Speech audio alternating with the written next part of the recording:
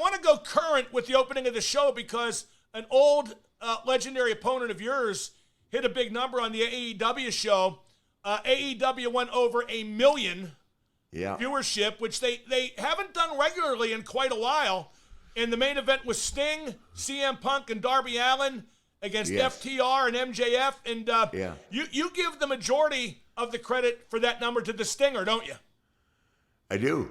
Yeah, well, the whole scenario was great, but I mean, I can't help but poke fun at him because,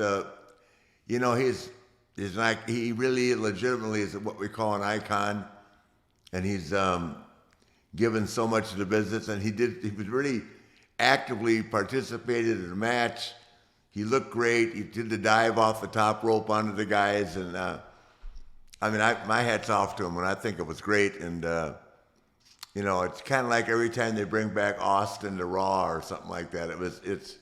They're going to get a number just because of who the main event guy is. And I mean, the match was good, and the guys fed Sting. I mean, he couldn't have asked for a better scenario. And no question. I'm happy for him. And then Punk paying tribute to him was awesome too. I really enjoyed that. Yeah, Punk with the face paint, Sting with the Punk face paint. I love it. I think we got to give Punk some credit for the rating too, and just really everybody involved. Oh MJF, yeah. Especially. No, I'm not taking anybody out of the equation. I'm shooting. I'm always rooting for the old guy. But no, they all did a great job. You kidding? There was the components. Everybody worked together. Nobody seemed to be upset with anybody else's momentum. They shared it. They passed it on, and the guys. The tag team you like said, well, those guys fed everybody.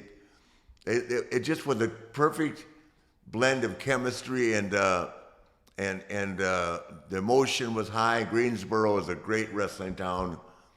As hard as WCW tried to kill it, it's still there, and they'll always remember Sting. And then we had that classic Class of Champions match there years ago. So I'm really happy for him, and I'm happy for AEW. I'm happy for Punk and everybody else involved, MJF, all those guys.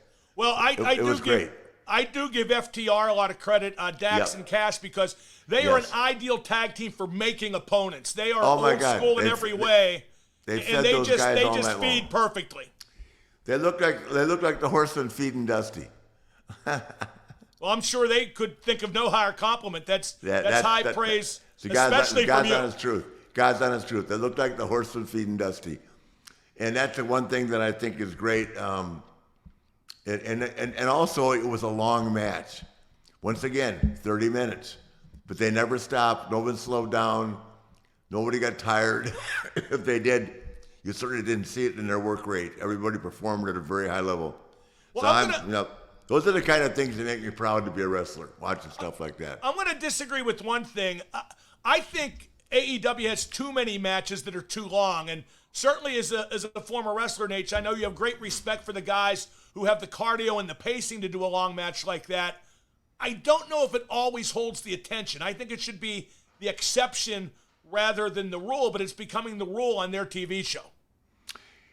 Well, kind of as you alluded to last week, if it's getting a rating and their numbers are going up with these longer matches, I'm not the one that can make that determination, but I'm just as a fan and overall observer of the product, I think it was great, and I'm happy for them, happy for Tony, and always happy when a younger guy that is a big star in his own right, meaning Punk, gives a lot of praise to this Sting.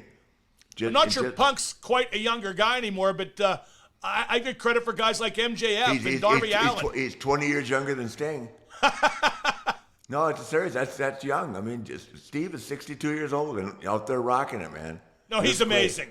He's amazing. No question that. And Punk's a big star in the business, so for him to do that is a very unselfish thing, and makes me think more of him every day. I don't know him very well, but things like that are what make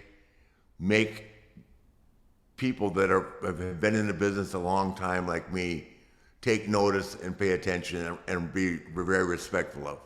I just wonder if they're ever going to get to like 1.2 million, 1.5 million. I wonder what they have to do to grow that audience and bring in some different fans and maybe some casual fans? Well, I don't know, Mark. I don't have the answer to that because I don't look at the demographic studies. I don't look at the 18 to 35. They do real well in the 18 to 49, which bodes well for growth. It's just a matter of when it does pay off. And, I hope it's sooner, not later. Well, excuse me, I'm sure they're not going anywhere, so it'll come. Like I told you, they need to stay above 1 million again. So for me, my competitive mind is, if they've hit it now and they hit it a couple times and went back, now the key for them is to figure out how to stay above 1 million and go to the next level of 1.2 or wherever it is. Right, I totally agree. If they can have a base of 1 million, a sustained, and sustain it, well put, they eventually will build on that. Yeah, and I think they have the talent to do it. Again, the only thing I question is how much they can get their stars on TV in 3 hours of TV time total in the week. They have 15 pounds of sugar for a 10-pound bag, and that's on Tony to make the best of it, to keep everybody happy. I don't think you can ever have too much talent until the talent thinks you have too much talent. Yeah, but you just said something. They have 10 pounds of sugar, not 10 pounds of the other problem. Well, that's true. That's absolutely right. They do have talent, and eventually... There is another expression about that. Oh, no, with a different word. I was alluding to that. The fact that you're calling it sugar, which I am too, is not a problem. Oh, no, nobody would ever question the talent on their roster, I don't think. But the philosophy of rotating guys off TV, I don't think anybody ever became a star being rotated off TV. I don't think you can do that indefinitely and not have certain guys suffer for it. I don't know. I'm not booking it. I'm just watching it, and I don't have. No one's going to criticize me for anything except telling them what I think, which I'm entitled to say. Unlike a lot of other people that have podcasts. But Nate, you never got rotated off TV, did you? No. Well, there you go. But I was always in a championship picture. The champion's always got to be on TV.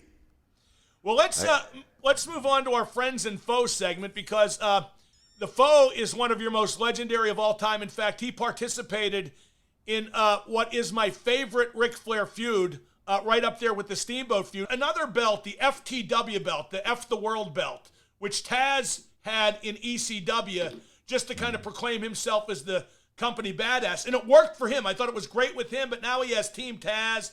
He passed it along to his guys. Brian Cage lost it to Ricky Starks, but they were both his guys at the time. I don't get it. I just don't get the value of that at all. Neither do I. Other than to have, to be a conversation piece for you and I to discuss. Yeah, I guess. But like I said, it worked for Taz. It was great for him. But some ideas aren't meant to last in perpetuity. Well, Taz is a unique character. Oh, I like Taz. I do too. He could pull off anything, but that doesn't mean that someone else can just take it and be the same character he was. Now, Nate,